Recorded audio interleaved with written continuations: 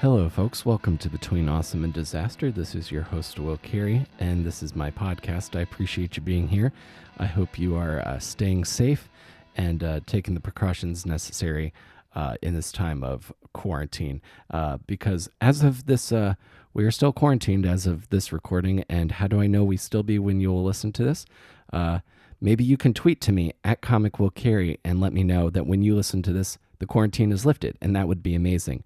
I hope you guys enjoyed my the episode on Monday with my former bandmate and musician Logan Romanowitz, former Marine as well. So thank you guys again for checking that out. This is kind of a theme on the show this week. I will be doing we've kind of got a hometown Calvert County special because of the nature of the state of the world. I'm able to reach out to people that I haven't spoken to in a long time.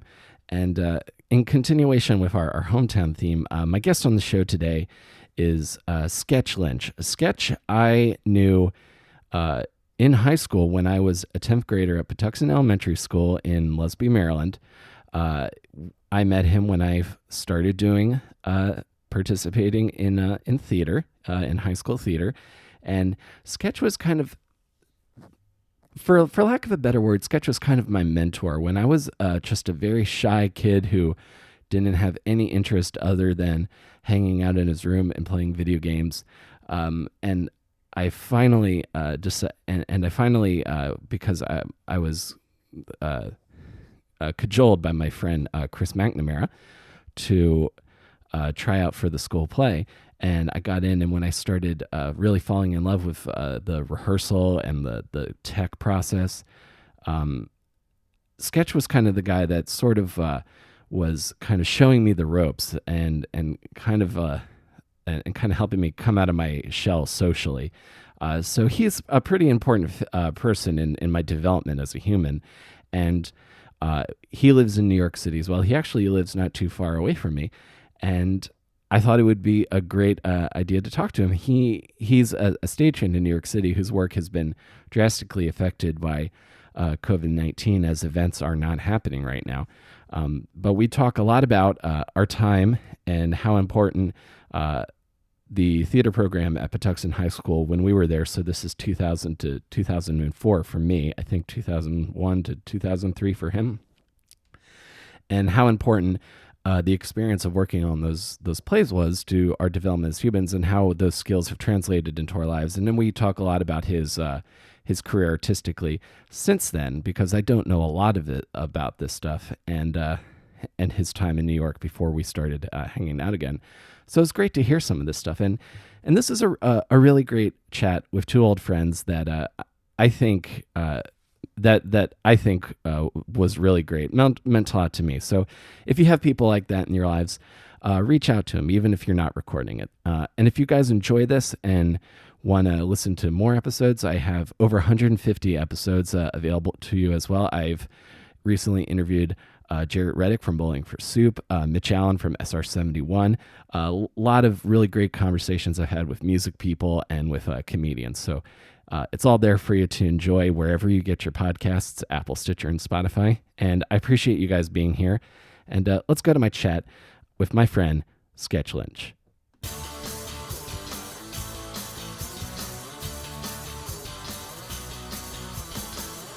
I'm just happy to be here.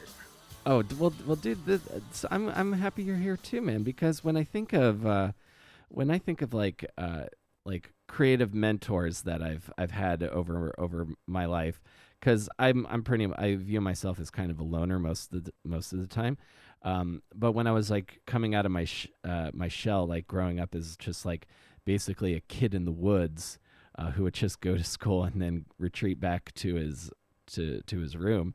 When I finally started coming out of my shell because of Chris McNamara, and I like didn't know anything about acting or theater or building sets. I just knew that I was interested in it.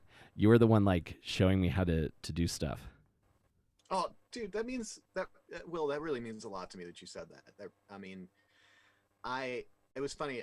I've been thinking about like, what am I gonna say? What are we gonna talk about? Like for the last couple days, and I've been like journaling about it to like process like our relationship because for me, you hold a very special place in my heart because when I look back at our time at Patuxent, um, it feels so long ago. But whenever I see you, I feel like I'm right back there.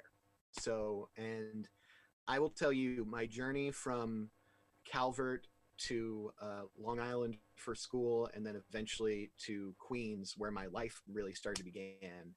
I found myself like even going through all of those experiences and all of that time passing that Patuxent still holds a really special place in like my early development. I Mm-hmm. mean, I was a at best I was like a really confused like small fish in a small pond who thought he was bigger than he was, and I owe a lot of like I don't even know what to call it, but it's like those like inception moments, like those inciting moments in my creative life. I owe to the time that I spent at Patuxent, and you hold a very special place in that because all these years have passed, and I can remember everyone as clearly as I can seeing you now. But you're the only one I've seen or talked to really since then.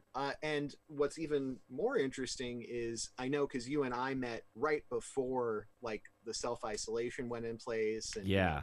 I had gotten your RSVP for the wedding, and I was so Mm-hmm. excited about that. And then obviously we all got all these what did you call them? Like I won't say orders, but basically everyone's self isolating now. Yeah, yeah, more or less And to like a slow, gradual shutdown of normal life. Like, yeah, yeah, and it was really funny for me because I kept like since seeing you, I've been like reflecting so much on like Patuxent, and I've told you about like my nostalgia for Maryland and Southern Maryland for better or for worse that yeah. I've been going through the last year, and it's been really funny like how it's like come back a little bit. So when I Mm-hmm. first when the self isolation and all the stuff started shutting down, a little bit of backstory for anyone who's listening. I My career up to this point, I have been a freelancer since I came to New York. I came here to live the actor's dream. I wanted to take on Broadway and Hollywood from New York as this young East Coast like upstart who had a whole bunch of gumption in his pocket and really Right. thought he was going to change the industry, Me thought he too. was the hottest shit. I really did. I thought there wasn't anything that was going to stop me except the fucking cold hard reality. Can we curse? I'm sorry. Fuck yeah. Okay, great. Just wanted to make sure. Just the cold hard reality of adulthood, like really like slamming me into the wall like almost every day of the week since I kind of left college and got to Queens. Mm-hmm. And to get to the point of this preamble because I can be long-winded, so I hope you like editing. Um, I don't. I I found rarely edit. Okay, good. Well, then I'm so sorry for the people I've just bored.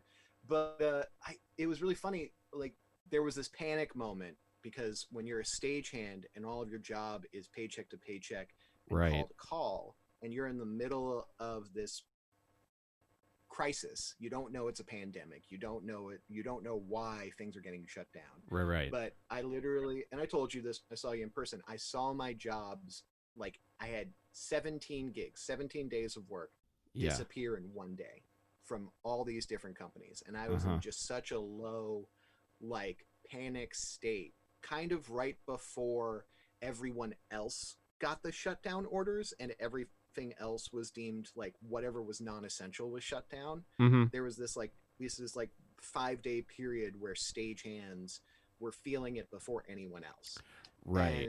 and freelancers in general, probably, especially people who work in the events world, which was my bread and butter. Oh And yeah. I just remember feeling so alone. I had no idea what I was going to do. Even with all my friends who were all going through the same thing, there was this like mass like anxiety cloud that was just like starting to fill in Astoria and in New York. But I to get back to Calvert, I got a random Facebook message from, do you remember Joey Boschert? Yes, I do.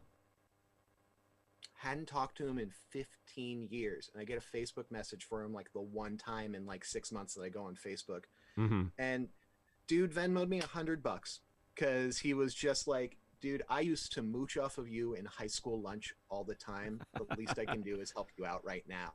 because even on online he was aware of what was going on in like my Sure. posts. And for him to like take a minute and to like assess where he was at and to like think of me and to like remember our time together from nearly 2 decades ago, and Mm-hmm. to think I could help him out. Dude's got 4 kids. Like Yes. he lives in Calvert. Like he should not be spending 400 $100 on me, but I needed it, and it was a real big help at that time. So if you do leave anything, big thank you to Joey Boschert from my days back at Patuxent High, and also Sarah Kramer, formerly Sarah Forsyth, and Mm-hmm. her mother Val, who also chipped in to help keep my family afloat before unemployment started coming in. Yeah. That was a moment when I was grateful for my time in Maryland Yeah. recently. Because if I Absolutely. weren't there and I didn't have those experiences, I wouldn't have those people. And yeah, it's been really weird because you and I obviously have this shared experience of growing up in one of the three southern counties of Maryland, Yeah, which yeah. Which I've only talked recently to. I had Logan Romanowitz on recently. That'll be out in a few weeks. really, Yeah. oh, I talked to him because we were in the band our band together. that's But right. but that really kind of warms my heart to hear that like people from Calvert reach out to you. Joey. My mom I think taught Joey Boschard in fifth grade. So like, and hearing you say that kind of really speaks to, I think, what our experience of doing theater in high school in a small rural part of the country is that, you know, for me it was a community. I didn't have a Right. community before because I was not good at sports. I did not get along with the kind of people who do high school sports, Hmm. and I was just kind of looking for a thing, and then Which is really funny because almost all of our musicals had half the cast was the football team. Do you remember that? uh, I'm really. Like literally, like we had like football players who weren't playing in the fall were coming to join the spring musical. One, because that's what all the girls were doing, and two, it was a way for them to keep active and also like kind of like, I don't know, live their fame. Don't ask me names. Yeah, yeah, I would have to sure. bust out the yearbook to get in there. No, But I have this totally. distinct memory of like people getting like looked over because this linebacker or like this like running back could like do the dance moves. That was the thing. Because you remember those dance calls, right? Yeah, I do. I was never. That's why I was really great when I was cast in the Pajama Game as Mr. Hassler. That he didn't dance really, or sing, because that was definitely my strength in musicals was all the parts that weren't dancing or singing.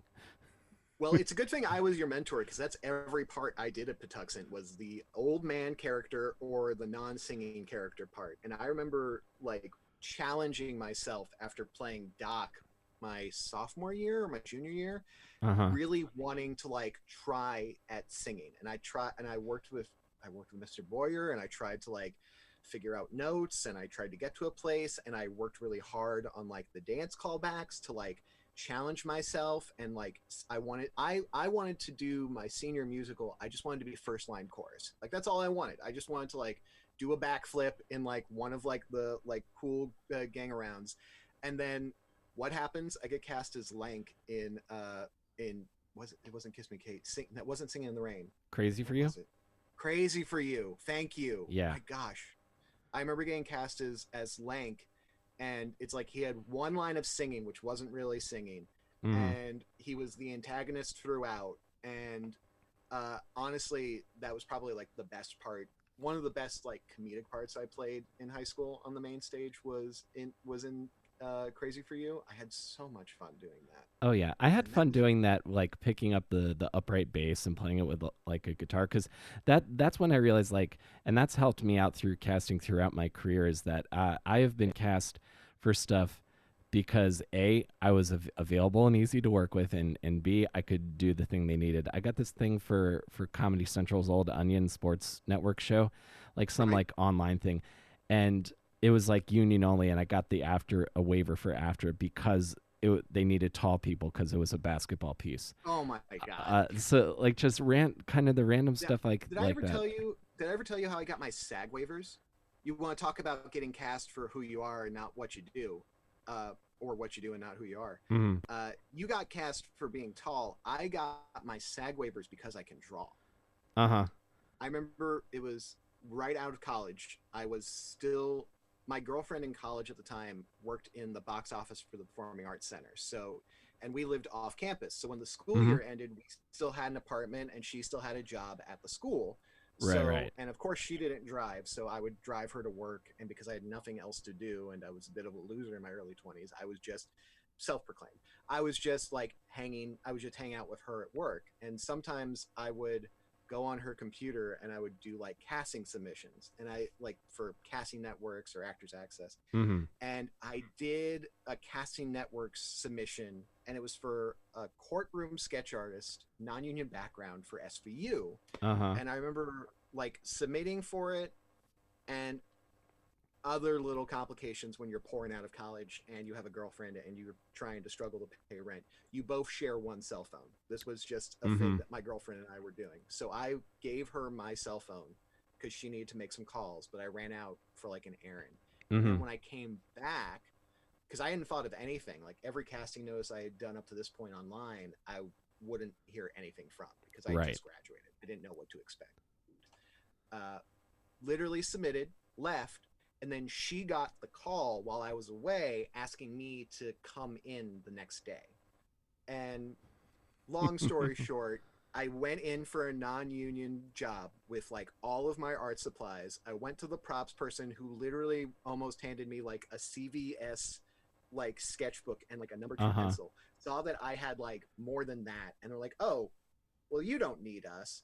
And then like so I graduated. People who graduated the year before me had gotten jobs behind the camera on SVU, so it was Mm-hmm. like a weird little mini reunion. Like I Sure. knew like three guys back like behind the scenes, so they kind of gave me like a little mini tour. I got to meet like all the people at SVU who worked like on backline and like camera support and like a couple of the props people, and it was really nice.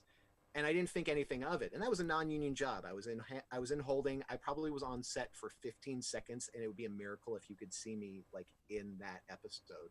Mm-hmm. But then a month later, I got called back again because they remembered me because a guy named Sketch, who is a Yep. sketch artist, it was like a Pretty memorable. no-brainer for them when they were like, "We need a courtroom sketch artist." It's like, "Well, what about our guy Sketch?"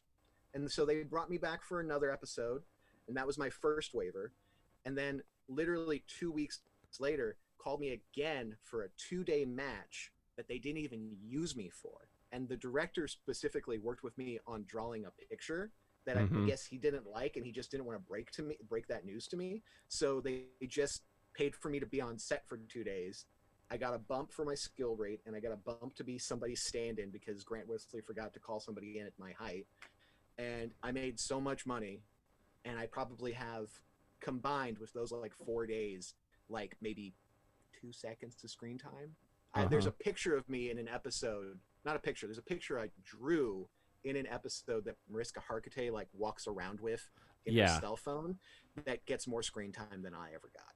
Oh But I yeah. still get a residual check like every year for like $5 or maybe I think the last year was like $2.70 from like my SVU time. Oh, that's So great. Yeah, I definitely remember but the couple of I remember the shots in SVU that I was on the other side of the camera for because mhm. I did SVU twice. Which if because if you are if you're listening to this, if you are an actor in New York City or any kind of creative person, you'll be on SVU and you In a don't even heartbeat, easy. ju- Like it's really it's I'm in you know like being an actor in New York City, people think Broadway, people think oh I'm going to be on like this famous show. It's like if you do one episode of SVU, you've like you're a New York actor. Like that's like and I did that like 2 months out of college. Everyone hated me. I bet I would want to if I ever get to do SVU again, I don't want to be like the guy who gets caught or the perp. I would love to be the guy who directs the guy who is like, "Oh yeah, I know," like a bartender who's like, "Oh Yeah, you yeah, want to be the I saw that exposition. person." Yeah, I Yeah, want to you want be to be the exposition guy. yeah, that's the interesting stuff. So this is kind of is playing into there's a lot of like uh cuz I feel like the great thing about our the beginning of our arts education down in Calvert County, which if anyone is listening to this and was like, "Where's that?" Uh, go to the White I House can and tell then you very just drive quickly. south. But what I If you're loved, in Virginia, it's no it's north. If you're anywhere above the Mason-Dixon, it is the furthest south you can be in Maryland. I would tell people in New York, "Oh, I have a 6-hour drive to Maryland," and they're like, "How?" And it's like it's the part of Maryland you don't go to, but yeah, it's the part you haven't heard of. You just looked at Tom Clancy's house that he has. I forgot Tom Yeah, Clancy he lived did. down there. That's right. He Cheese and he crackers. he did. Me and my dad, I think, drove by it once. I was like, "Oh, okay. I've never read any of those books." Um, It's so funny, like, and it's really like so a little bit of backstory for your listeners. I've been doing a lot of research on Maryland for a project that I'm developing, and I said it in Calvert because it's such a peculiar little county. Even to this day, like it was the second county that was ever founded in Maryland, but it was named after Calvert, the guy who founded Maryland. right. So there's this weird competition to paint it in broad strokes for any of your listeners who have seen Parks and Rec.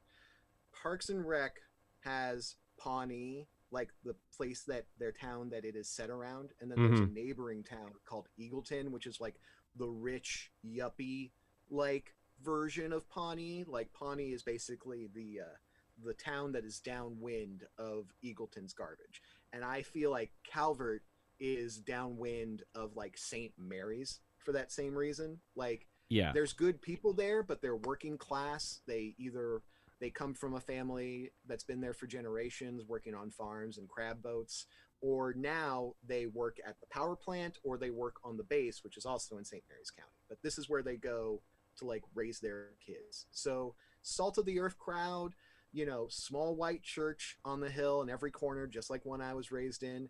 But their perspectives are very much indicative of like kind of a more traditional American model, which in today's climate Says doesn't really hold mustard. yeah, says has a lot.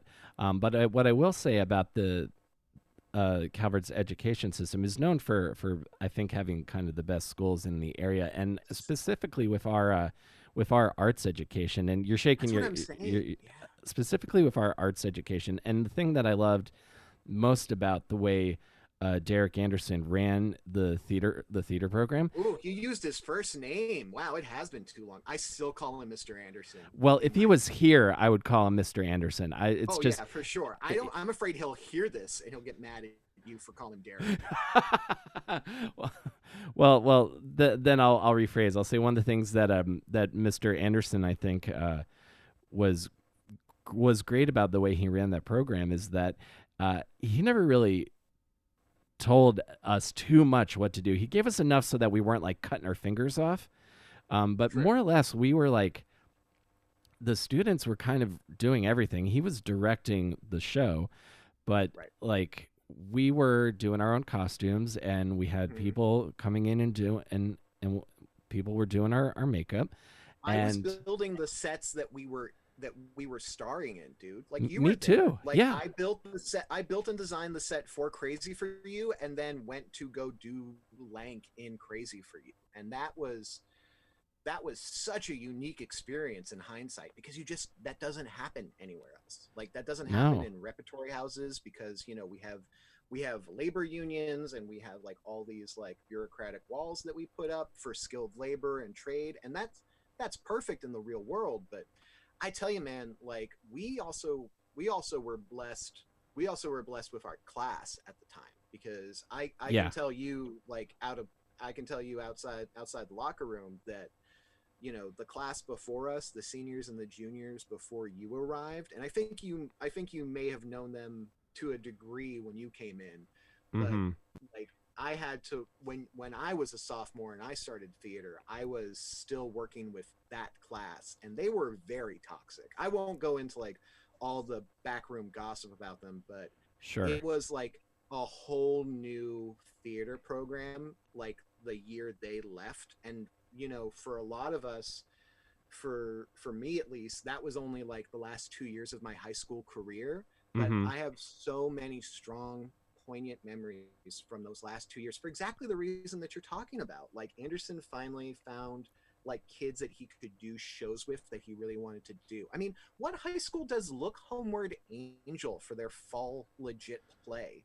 Like this I've never heard any depressing other school. autobiography like about like a man who went back to his North Carolinian family home and relived the trauma and abuse of like this weird halfway house for weirdos that he grew up with. You know, Mm-hmm. while his dad like sculpted like marble statues for cemeteries, and his mom drove them crazy because she knew he was pining for like this long dead love.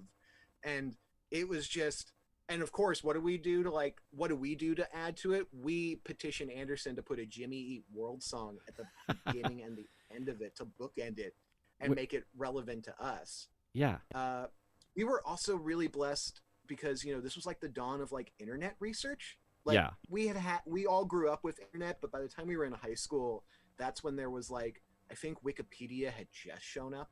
Like Mm-hmm. that was where like people were going to like cite sources. No one was going to the library to like make their bibliographies. We all had to like add Yeah. hyperlinks to the end of our research papers. And so we were all in school, and I remember it was the cast of us after we were like in rehearsals.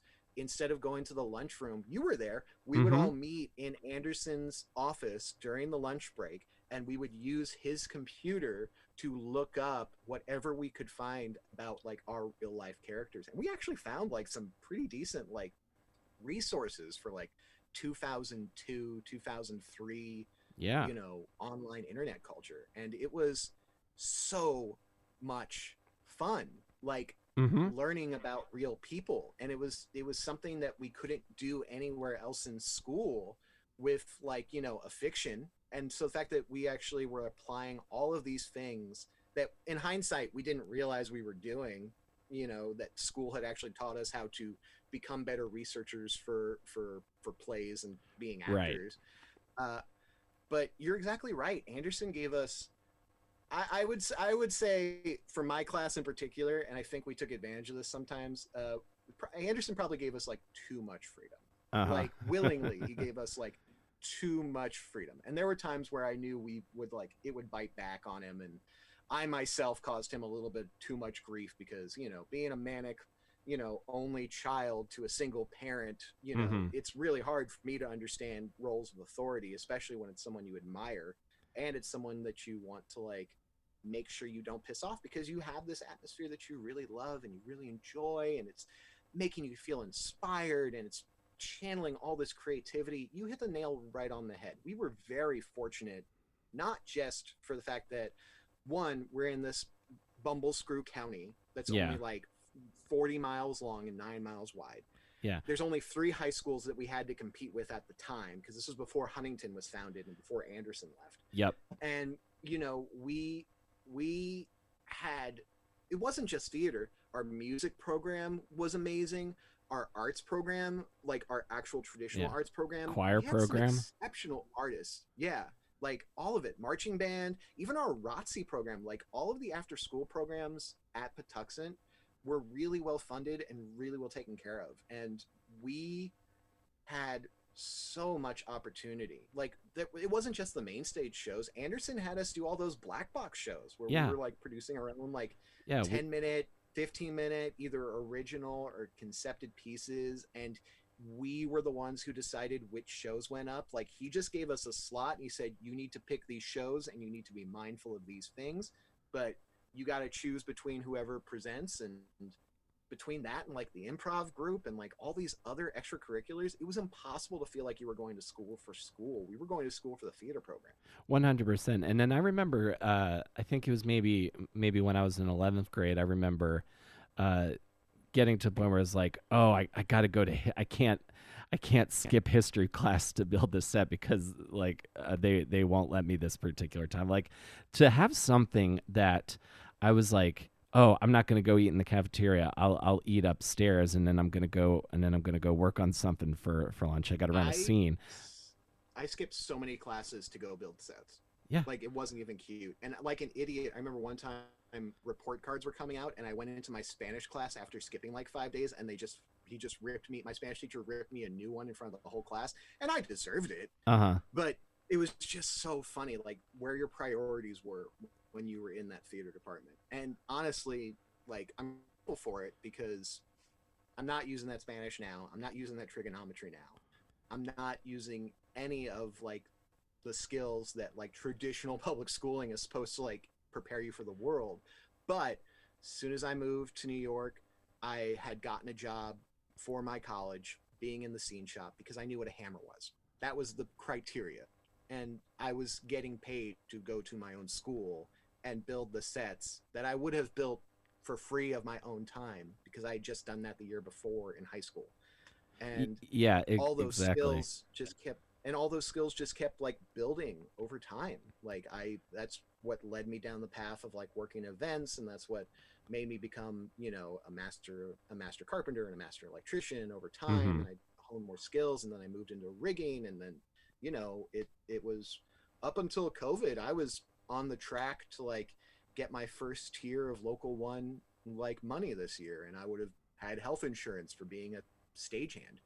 Hmm. That's since gone by the wayside in this day and age, but Right. it's it's really kind of beautiful to like trace back like what started me on this path, and it all started at Patuxent.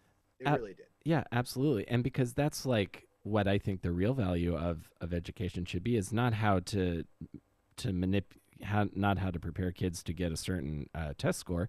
It's that you've got to throw a whole bunch of stuff at them, and they're going to gravitate to a thing. And we all had Yeah, that was to the point where we were like, we had all figured out I think our entire like couple of years, because you're a little bit older than me. Um, yeah, our whole kind of couple of years, we had all like, okay, well, we've all got our career path set out. We know what we want to go to college for, and what we have our paths for the future. So, why are you wasting my time with this math class? Like that, right, that, like, exactly. I mean, it's so funny. Like yeah. I mean, I remember even more ironically because back then, going back to the white church on the hill mode, and you can validate this. mm-hmm. I was still kind of I was raised Christian. I was raised Methodist, Uh and huh. I was very much like drinking the Kool Aid all through high school up Right. until like halfway through my senior year. I was convinced that I was going to leave Patuxent and then go to like a Christian Bible school to then go down and get my divinity and then basically come back into the United Methodist circles as like a pastor. And that was going to be my career track. Mm-hmm. But the reality was that's what I thought I wanted to do. And that really wasn't what I was meant to do. Because even while I was looking for like a school with a divinity track, I wanted to make sure that they had a good theater program because that was Sure. something that Sure. was very important to me because that was something I didn't want to let go of. And really, I kind of came to the conclusion halfway through senior year that I just was like, I can go to this at any time. I don't want to go to school for 8 years, not live a life, and then try to help people figure out what their spiritual life was. I figured I should live. I needed to like see something. I need to experience things. I need to like have my own life, and Yeah. then I would figure out if I wanted to come back and then like get my divinity. And obviously, I didn't. I have no intention to. I Uh huh. couldn't have walked further away from the church after that point if I tried. And yeah, I mean, really, it was like the first. It was the first best decision I started making for myself was saying, if I'm going to do anything, it's going to be in the arts, and I want it to be in theater because these are people who are so charismatic and so odd and so different, and they have so much that they themselves are trying to process and that they want to express. And that's how I felt all the time, was Uh just like huh. there's something I need to get out. I can't figure out what it is, but I need to search for people who are looking for the same thing or their own same thing, and I want to be around that because I'm not finding it anywhere else in my life. I wasn't finding it at church. I wasn't finding it at home. I couldn't find it anywhere else in Calvert except at Patuxent. And I even tried. I tried for like the summer after I graduated. I joined like a community theater in Calvert, which Uh was huh. basically run out of someone's like living room. Sure. Bless their hearts, they were great people. They were very nice. And ironically, Meg Craddy, also from Patuxent, Mm-hmm. did a show with me. So for us, it was like we had just left our security net, and here's the two of us like trying to do this show together. Mm-hmm. And it was nice, it was fun, but as soon as I did like one show of them, I realized that this isn't filling me the same way. Like this isn't the Yeah. kind of work I want to do. This isn't really even the audience that I didn't have that knowledge then, but that wasn't the audience that was meant for me. And the only thing I knew was, there's New York and there's LA. And New York is a 6 hour drive, and LA is a something hour plane ride. Is And yeah, 6 hour plane ride. yeah, and I put all my energy into saying, okay, I'm just gonna shotgun blast whatever schools I can, whichever one gives me the most money, that's the one I'm gonna go to. And in hindsight, that was probably not the best decision for me, uh, career wise, because Mm-hmm. my college was, oh boy, I won't mention their name, because for the opposite reasons that I will mention Patuxent's name. Like everything Patuxent was, my college experience was not.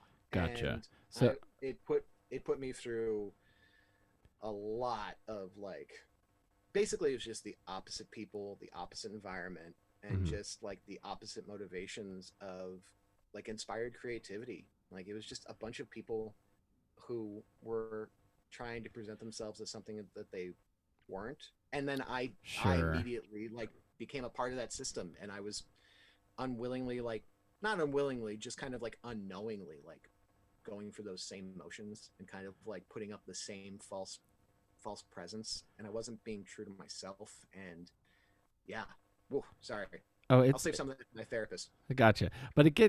it gets you to New York though. But you're on Long Island, which is like culturally worlds and away from New York City itself. So and then when you get to New York, is the path actor, stagehand? What is the focus when you get to New So York? I still very much wanted to be an actor. And I remember going to the school and seeing like a lot of musical people, and was just like, that's fine. I have no problem being the guy in the legit plays. No desire to sing or dance. Like I wanted to do like all the plays that we did in high school. Yeah, Like I same. wanted to That's keep all I I've wanted to do is straight plays.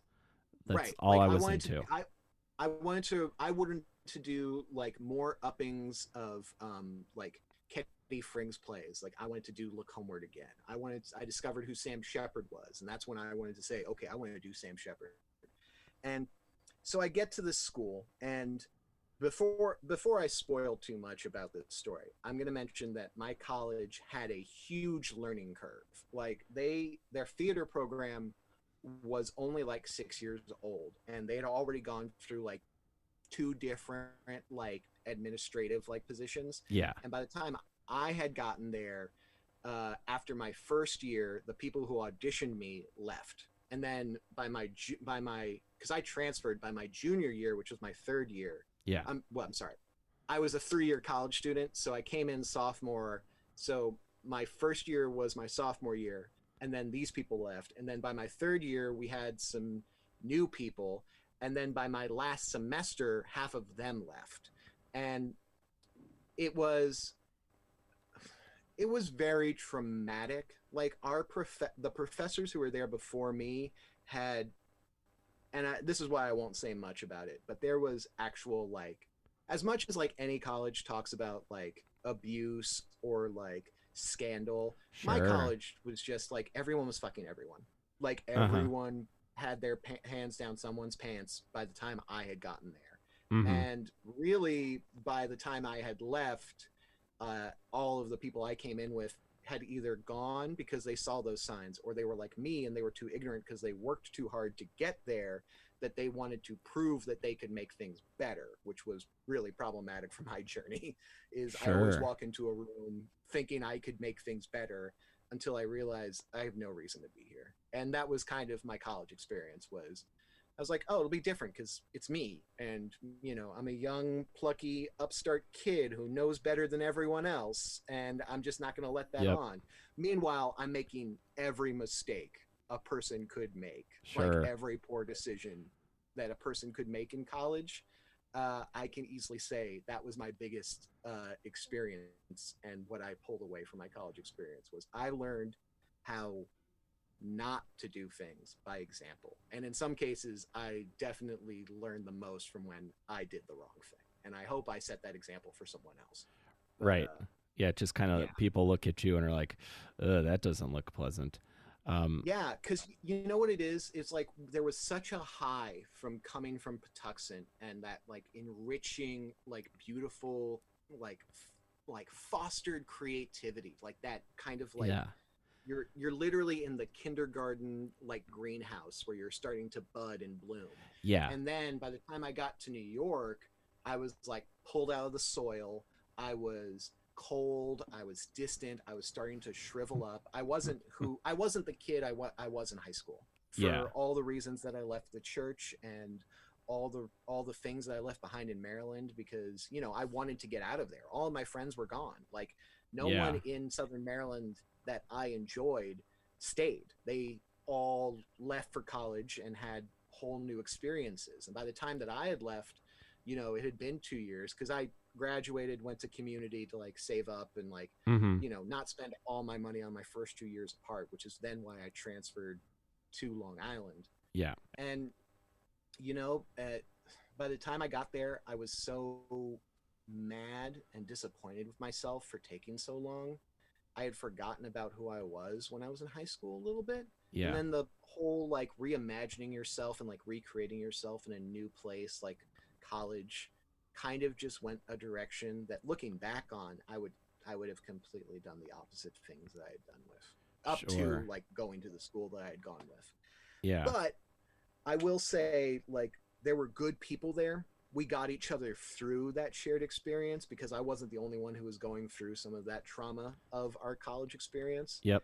And, we got each other out, and I can't say I'm close to a terrible amount of them, other than like my ex-girlfriend, who's since, I believe she just got married. I see her on Instagram every now and then. And Mhm. I just check in to make sure that, she's alive and healthy, because she's really the only one I care about. But Sure. other than that, it's like there's good people there that I hope are doing well, but it's kind of like the same thing I went through at Patuxent. It's like once that was over, that's when I realized, oh, I now have to like be an adult and figure this out. And that was something that I didn't spend any time doing, until I was like thrown into the real world, and I had to like get my own apartment and figure out how to pay rent. And like my biggest mistake was, discovering credit cards, and like Mhm. now realizing 10, 15 years later, oh, I should never have had one of those, you know? Yeah. So, And especially like because at least in an educational setting and at least for me, I didn't learn the business side of it. I didn't start learning the business side of this whole thing until like maybe last year. Um, well, that's because no one knows what they're doing in a collegiate. I can say this from my collegiate experience. No one knew what to do in the professional arts world. Otherwise, they would have been in the professional arts world. And that mhm. was kind of like the chip on their shoulders that like tainted our collegiate experience, Sure, because that you cliche of that cliche like bitter person who just became a teacher yeah, instead of those who someone who's can't do passionate. teach. Yeah, exactly. Those who can't do will just teach, and those are the people who should not be teaching. I agree completely. And Uh, that coming out of that and like taking like 10 years to like kind of like rip apart your identity and like kind of like declutter all that baggage. It's still something I'm working on. I am blessed now that after like coming through the other side of a lot of struggles and like rebuilding myself financially and finally getting a little bit of stability once my career as a freelance stagehand kind of took off, because that was the real thing. Like when I got out of college and I had to start paying rent, I didn't want roommates, so I had to find mhm. some place that I could afford. And two, I didn't want to be a waiter because I knew I would never make money doing that. And just because it just wasn't ever built into my system to like handle people's food and like be Sure. upfront about it. Also the restaurant industry, at least then, was very toxic. Like if you want to talk about like health and safety standards about Mhm. food, Yeah, New I've read York Kitchen in the early Confidential. 2000s, yeah. No, you Yeah, don't. I've read Kitchen If Confidential. It's pretty accurate from what I've heard. that's what I'm saying. Like if anyone knew the stuff that went on in kitchens, they would never eat out. And that's before COVID. So God willing, we can learn to finally. I won't go down that rabbit Oh hole. yeah, no, of course. So Hopefully the new world will treat it better. yeah, fingers crossed. So you you get into New York, you're living in Queens, and then so and then you're like, I'm Ridgewood gonna be specifically, yeah. Ridgewood, Ridgewood Queens, specifically. Okay, which yeah. is like M train Queens, which is very different M from train, L train. Yep. N and Q train Queens for anyone who's I moving still here. consider Ridgewood part of Brooklyn only because it's like the L train. It's like after two stops past the Brooklyn border. But I'm like, it's like I can walk to Brooklyn to the Brooklyn border, and it doesn't feel like Queens. Like I lived off of Forest in Myrtle, Yes, which is I remember this because I think one time we were going to hang out, so I went all the way out to the L, and then I think I guess like your oh phone my didn't work, god, I forgot about this. and then after an hour I just went back home. Well, Um, I am so sorry. So here's the it's okay, thing: man. It's okay. it was all no, that was a dick move of me. So poor Will, I had just found out that you had moved to the city. I Yeah, was in like so excited 2010. to like see. I was so excited to like see like a person from my past, like a person I actually liked from Calvert. And I invited you out to my apartment. And the night before, I had done like this insane overnight for some job Uh and huh. just completely fucked up my sleep schedule. Mm-hmm. And between that and being a young, dumb 20 something who at the time was still a problem drinker, when I was asleep, I was out like a tank. And here's the other cold reality: that apartment building was so shitty. I should have texted you and said, just come in because that front door never locked. You could have literally like pushed that door. You could have come up to my apartment and like banged on the door and I would have woken up for you and I still would have apologized for making you do that. But the fact that you came all that way out and by the time I woke up, you had sent me a text saying you were there and then I scrolled down and it said you had left. I'm like, I'm an asshole. I am such an asshole. I swear I'm not hanging on to that. It just I remembered it suddenly when you were like, oh, that's right. He did used to live near the L train because I've been to before I lived in Astoria myself. I had hung we had hung out here, and and how do you get involved in being a freelance stagehand when you realize this is what I'm going to do, this is what I'm going to focus on? How So does that so look? so it's about as problematic as how do you become an actor. Like it's and this is true of almost any profession, but so much of this is vital to being a freelance stagehand or being a freelance event technician if you want to hold precious to union card status. But it's really about who do you know and where are you. Right. Honestly, that's it. Like, who do you know and where are you? Work ethic can come from experience either before or after you get the first job, but it's who do you know and where are you? Because so it all started back at Patuxent when I decided to like audition for a play. Yep. And when Anderson had a scenic artist, some kid he had hired to like draw paintings on what was it? The Pink Panther Strikes Back. Bunch of rehearsal cubes that had to get like different scenic elements painted on them for this Yeah. elaborate 16-person like ensemble dressed up as Pink Panthers who would like come on stage and flip around these Rubik's cubes. Uh The huh. guy who was going to draw all those things flaked. And Anderson had cast me in the show already and he comes up to me, either someone had talked to him or he had put two and two together and he's like, "Sketch, right?" And I'm like, "Yeah." This was like the second time he'd ever talked to me. It's like, Uh "So huh. you draw, right?" And I'm like, "Well, my name is Sketch." And he's like, "Well, I just thought it was because you were funny." And I'm like, "It can be both." And that's where it started. Like he pulled me. He literally, I auditioned, got cast that week. Second rehearsal, I was then staying late and then coming before rehearsal to work on the sets, which was exactly what I needed. Like to be engaged and to be like hands on to that Mm-hmm. degree and to also like be in the show just felt like this ultimate like all encompassing thing. So from that moment I graduate high school, I go to college, and they tell me, "Oh, we're getting rid of our tech majors." This should tell you why my college was problematic. Sure, sure. But you're an actor and you know how to hold a hammer. Do you want a job in the scene shop? And I'm like, "I can get paid to do this?" Sure. I was going to do this for free. So, I do that for 3 years, work my way up until some administrative changes like oust me out, because that's another episode of the podcast. I could spend like a whole like 5-part mini series on the problems of my college experience. um, and then, so from that, I met people backstage who were the old tech majors and some actors who had 2 cents between their brain.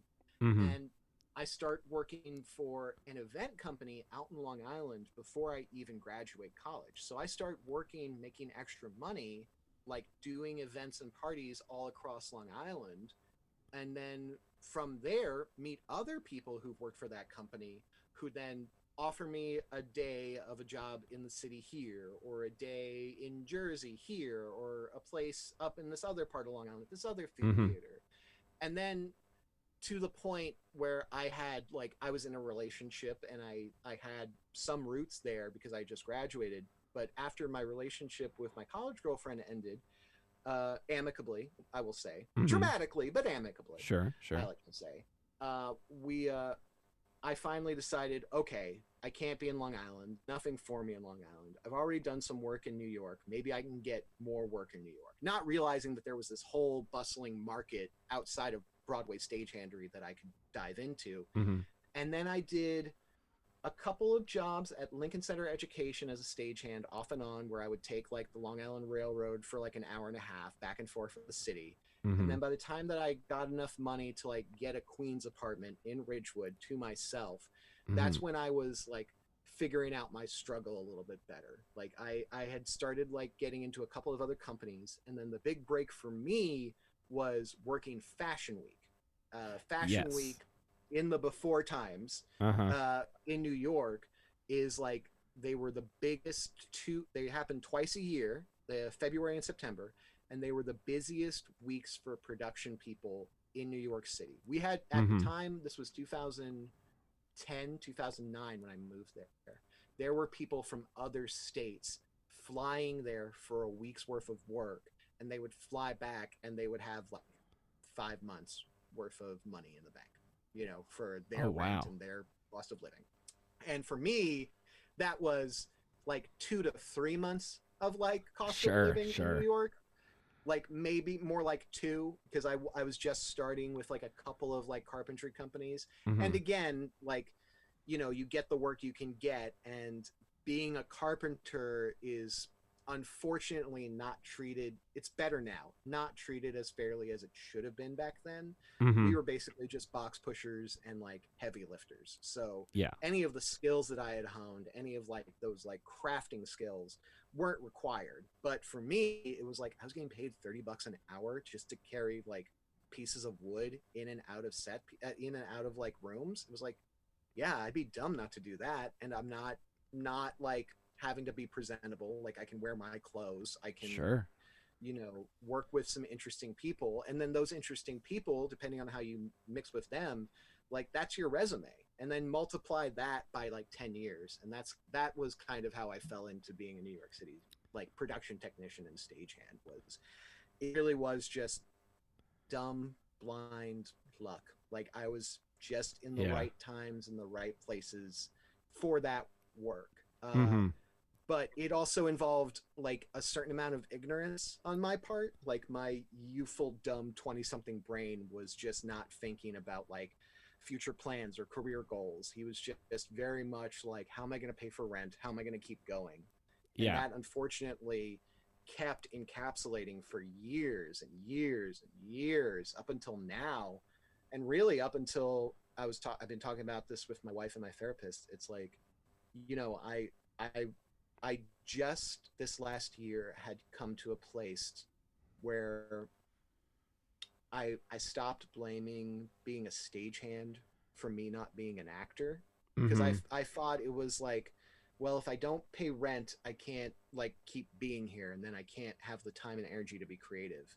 but the hustle of like finding jobs and like going to the jobs and like busting your back because you're not a young 20 something who's carrying heavy things. Now you're an experienced technician with all of this production lead experience, all of these special skills. You're considered an expert and a mentor to a lot of other people in the field, at Yeah. least to some degree. Not, I mean, not to everyone, but Mm-hmm. you know, I've been in the market for a decade. Like people, there are people out there who knew my name as a stagehand that I've never met until I met them, and they're like, I've heard so much about you. Like, how? All I do is like wear black and plug cables in. Like, but that's underplaying my value. I am very grateful for all the people that I've encountered and what they've been able to teach me and show me in this very unique career space. Because you know, you wake up, you get a call, you then prepare to like go to that call. You put on your boots, you make sure you have your tools in your backpack,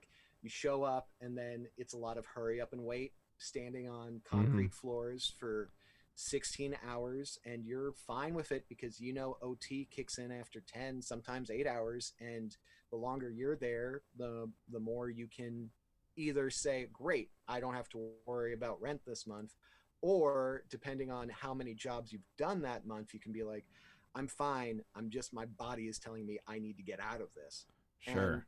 there's that, all of that just fuels like this kind of like manic drive to like justify what you're doing. Because again, Mm-hmm. like I didn't come to New York City to be a stagehand. I was very great. I'm very grateful for all the stagehand work I've done and all the things I've got to experience because of it. Mm-hmm. But I came here to be an actor. I was doing auditions in between all of that to no avail, like really. Like I did like a couple of student projects, one thesis film that I'm really proud of, a couple of web series that I either did myself. But you know, when you're a one person band and you don't know how to ask for help, which is a problem with a lot of stagehands, Uh-huh. it's it makes it really hard to like foster this like creative atmosphere where you can invite other people in to like help you and foster that, like what we had at Patuxent. You know, that was Mm-hmm. something we all fell into, where it was just this room that was created for a soft landing and for us to like throw things against the wall and see if it's stuck, and in that, if that inspired us creatively. Mm-hmm. But that, you know, that was, I was now a small fish in like an ocean. And Yeah. I found people, I found weirdos. Like some of my, all of my groomsmen in my wedding are people I know from stagehandery. Like Uh-huh. they're all riggers and electricians and designers and stunt people, and they're all the people that I think are like the real blue collar salt of the earth folk in the entertainment industry, because they're not putting on these fronts that unfortunately actors are forced to do when you go into an audition room and you're trying to present yourself as something that someone else will want, when really you just need Sure. to be who you are and celebrate that truth. And that was a lesson I did not learn probably until like 2 weeks ago. Like Right. it feels that recent for me. You know what I mean? I, Like, I, I do, because that's what I think, that's what I found in voiceover work, the little bit of voiceover work mm, and the voiceover classes I've done, is there isn't that air that is around in like stage actors, or like, because I'm sure you've met a few people doing extra work that are just trying a little bit too hard. Though yes, that those God those bless kinds them of for it. folks, yeah, those kinds of There would folks. not be extras if we didn't have those people, though. Like it's truthfully, like it's true, but like there you find these circles where there's less airs and it's more about just doing the thing. And yes, I like doing things. That's what I learned yeah. way back in the days. I like doing the things, and I will navigate whatever malarkey I've got to do to be able to do things. Granted, Now, do I'm you think that does us a little bit of disservice? Because I'm just talking about this with you because you know this experience. We, again, we're very blessed at the Tuxent where we had all of this room to do anything. And that kind of like created space and synapses in our brain to say, oh my gosh, like this is possible. And then we get plucked out of that world. We get dropped into the ocean. We swim to these places that we get to, and when it's not that, it angers me. Do you know what I mean? Like, I still, to this day, as a 35-year-old man, having left high school 15 plus years ago, I still compare like standards of creativity and standards of professionalism to how we treated each other at Patuxent. And I'm not saying we were the best professionals, but I think as far as being on the same page and how we communicated, how we felt, Yeah. that was one of like the last places I felt like I was in a room where I could talk to people about what I wanted to do and how I wanted to do it and not feel like I was judged for it. I mean, we judged each other, but we did Hmm. it to each other's faces. You know what I mean? Yeah, because we're considerate people. I think it's good to I honestly, because first off, learning that it's possible, that's was just so important to me as a human, and then Agreed. also because the way the entertainment industry became niche and mostly on the internet, I feel like we are able to now recreate that feeling and those opportunities for ourselves because True. of just the way that technology kind of shaped the industry. I would love to ask you, and I want Please to do. close this. I got to close this out shortly here, Oh no, is it because you, already over? Gosh, dude, I we've feel like I been haven't talked about anything. dude. Well, this I feel like we've talked about a lot, and we've talked about stuff that's both important to me and you personally, and I think that's True. there's a lot of value in that. I hope you'll Um, have me back because I feel like I could still talk about like the journey and the story for forever. And I haven't even had a chance to like ask you about like your part in the journey and how you've been and how you found your way into like being a stand up and like doing your own one man show and then you getting on Stitcher and then you doing this podcast. Like dude, I can't tell you. I know you started this with like your whole like mentor mentee stuff. If it means anything to you, dude, I'm fucking proud of you. Like I really am. Like I've watched you like online grow from like this weird, tall, nebbish, sweetheart teddy bear of a kid back in high school into like that same lovable goof, but you have embraced everything that I think is so special about yourself. And it's been so good to see you not lose that over all this time. And that means, and in a weird, selfish way, I don't want to take credit for it, but it means so much to me to like see Will Carey still be Will Carey, even after all these years. Because I think part of my journey and like from Patuxent to now was when I was in Patuxent, I was asking myself, who am I? And then mhm. when I left Patuxent, I was trying to be anything but that. And I've only now started to be like, no, who am I? Like, what am I doing? Who do I want to be? How do I want to be? Like, and what do I want to do with that? And it's, I have to tell you, seeing you and like watching you become this man has really helped solidify that I'm doing those things now. And because Will did it and I can do it too. So it means a lot to me that you it put me here and let me ramble about my nonsensical life for a second because you're a big part of that, dude. And I didn't realize that for a long time. Well, Sketch, that really touches me like deeply to hear you say that, man, and 100%, I because wasn't trying to save it for the podcast, but no, it's like here we are doing this, and I look at all the stuff that we're both still doing, and I'm really proud of you, dude, and it gives me a lot of hope that I can do some of this stuff too. Now that I'm in a place where I can say, okay, I don't need to like go to auditions to like feel like an actor, and I don't need to do work that makes me hate myself or punish myself for not doing what I want to do.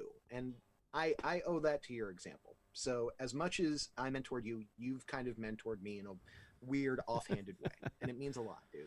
well, well, man, if being me can have had such a positive impact, then I must be doing something right. So my heart is grown three sizes from hearing you say that, Sketch.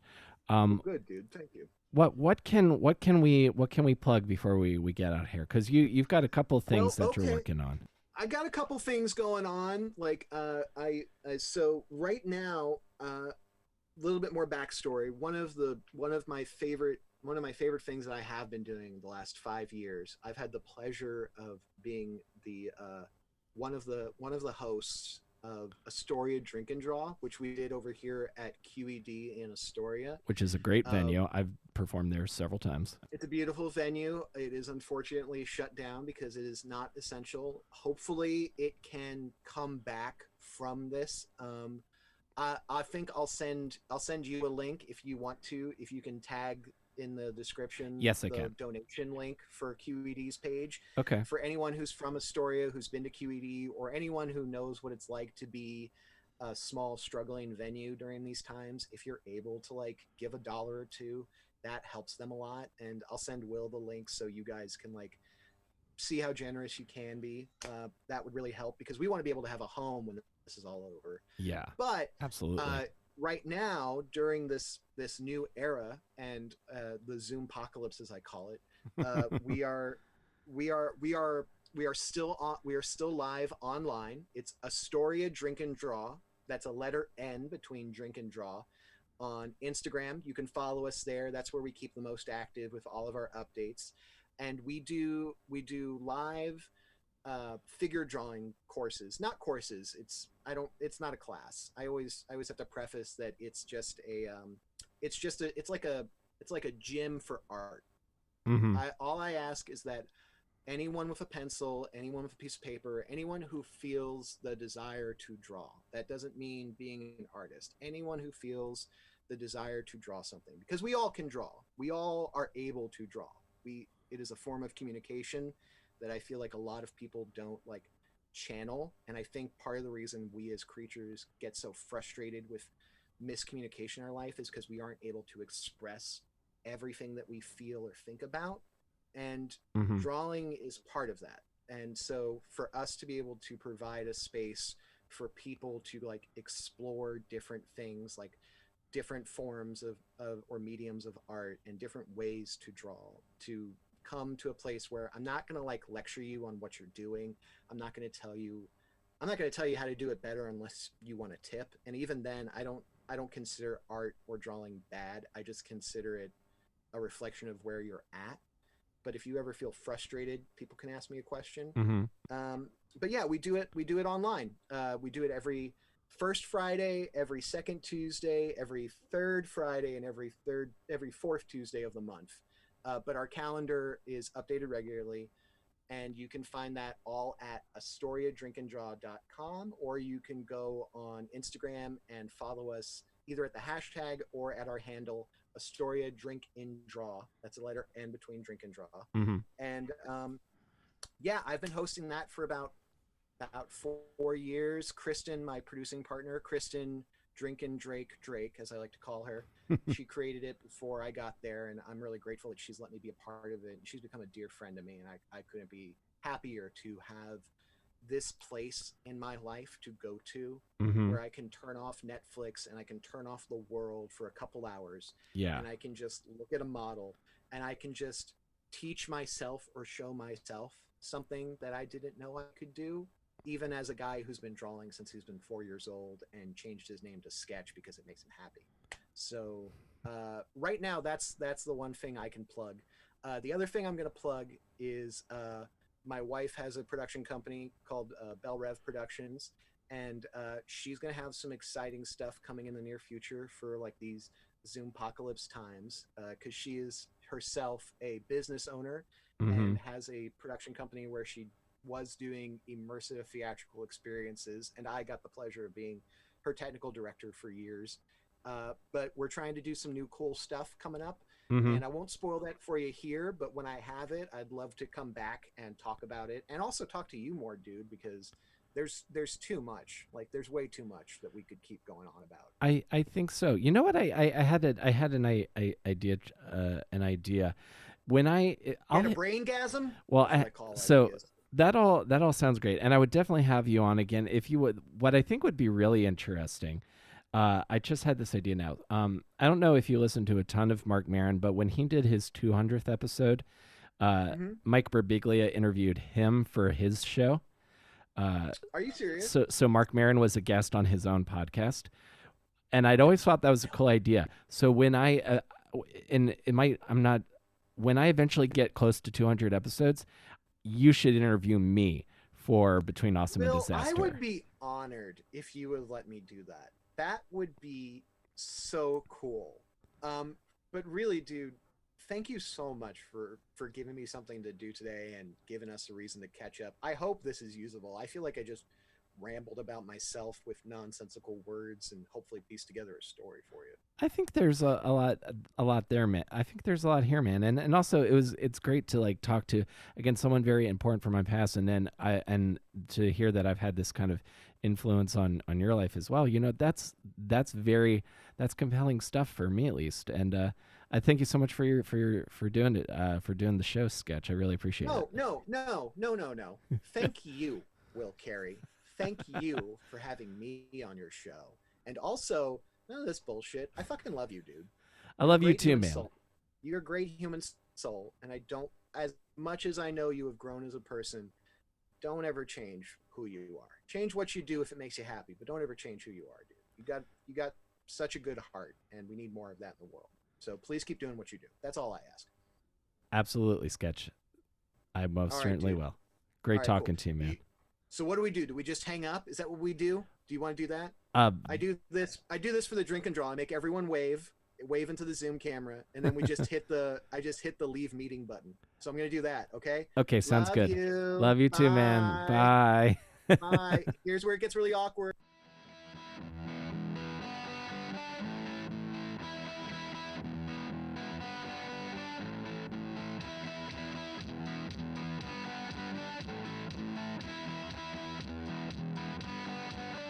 Sketch is a great guy, and he's been my friend for a long time. So when I think of people that have really seen me change a lot over the years, he's definitely one of them. And I really hope that we get to that for the 200th episode that he does the interview of me. I know that several podcasters have done that, but I think it would be very fitting for me personally. So I hope that gets to happen. Thank you, Sketch, and.